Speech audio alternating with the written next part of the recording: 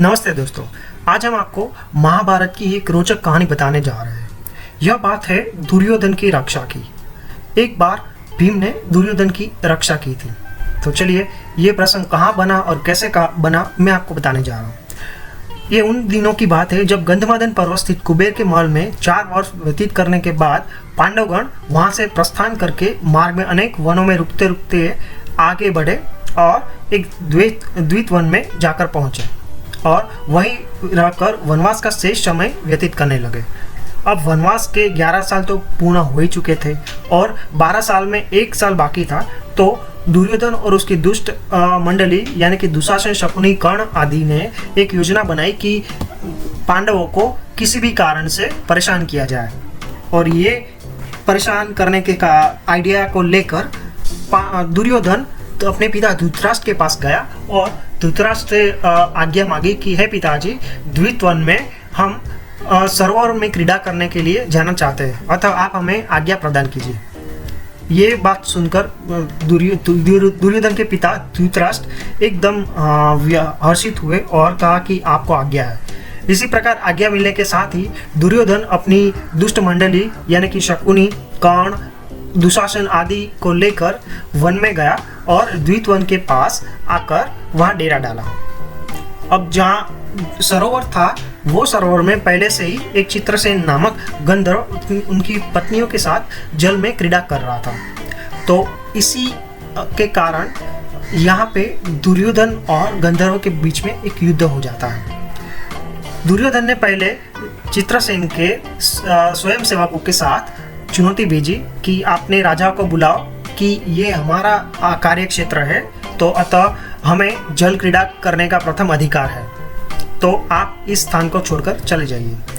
चित्रसेन को यह सुनकर बड़ा गुस्सा आ गया और उन्होंने दुर्योधन और उसकी मंडली के साथ युद्ध शुरू कर दिया।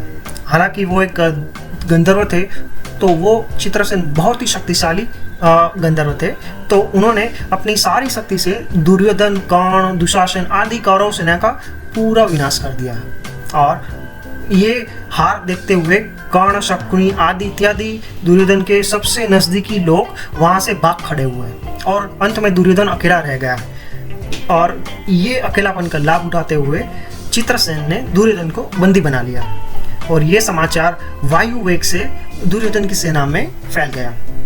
इधर वहाँ पांडव भी वसवाट करते थे, तो दुर्योधन की सेना के कुछ मंत्री ने पांडवों के स्थान पर गए और वो पांडवों से विनती की कि दुर्योधन की रक्षा करें। अब जहाँ युधिष्ठिर जी ने ये सुना तो युधिष्ठिर को दुर्योधन पर दया आ गई और उन्होंने भीम और अर्जुन को आदेश दिया कि तुम अपने भाई दुर्योधन को गंधर्व से मुक्ति दिलाओ। जब दुर्योधन उसके शत्रु थे, भीमसेन ने कहा कि हे भ्राताश्री, हम ये वनवास दुर्योधन के कारण ही भोग रहे हैं, अतःपि आप उसकी मुक्ति के लिए कामना क्यों कर रहे हैं? तब युधिष्ठिर ने कहा कि हे भीमसेन, दुर्योधन हमारा भ्राता है और धृतराष्ट्र का पुत्र है, अतः वो कितना भी दुष्ट क्यों ना हो, उसके सेवक हमारे शरण में आए हैं और ये क्षत्रिय धर्म है कि शरण में आए हुए की रक्षा करना। अतः हम अपने क्षत्रिय धर्म की रक्षा और आन बचाने के लिए दुर्योधन की मदद कर रहे हैं। अपने भाई से संतुष्ट उत्तर पाकर अर्जुन और भीम दोनों दुर्योधन की सहायता के लिए गए। वहाँ अर्जुन और भीमसेन ने चित्रसेन को युद्ध के लिए ललकारा। उधर चित्रसेन ने बड़े मुस्कुराते हुए अर्जुन के पास आया और बोला, हे अर्जुन, मैं तो तुम्हारा सखा हूँ और इंद्र देव की प्रेरणा से मैं यहाँ पर आया हूँ। जब इंद्र जी को ये सूचना मिली कि दुर्योधन ने पांडवों को परेशान करने के लिए यहाँ द्वैत वन में डेरा डाला है, तो उन्होंने मुझे इस सरोवर में जाने की आज्ञा दी और दुर्योधन को पाठ पढ़ाने की सलाह दी। अतः मैं यहाँ पर दुर्योधन को सबक सिखाने आया था। यदि आप अपने भैया की आज्ञा को सिरोधार्य रखकर दुर्योधन को छुड़ाना चाहते हो, तो मैं दुर्योधन को तुम्हारे हवाले करता हूँ। ये जानकर अर्जुन को बड़ी प्रसन्नता हुई और चित्रसेन गंधर्व का आभार माना।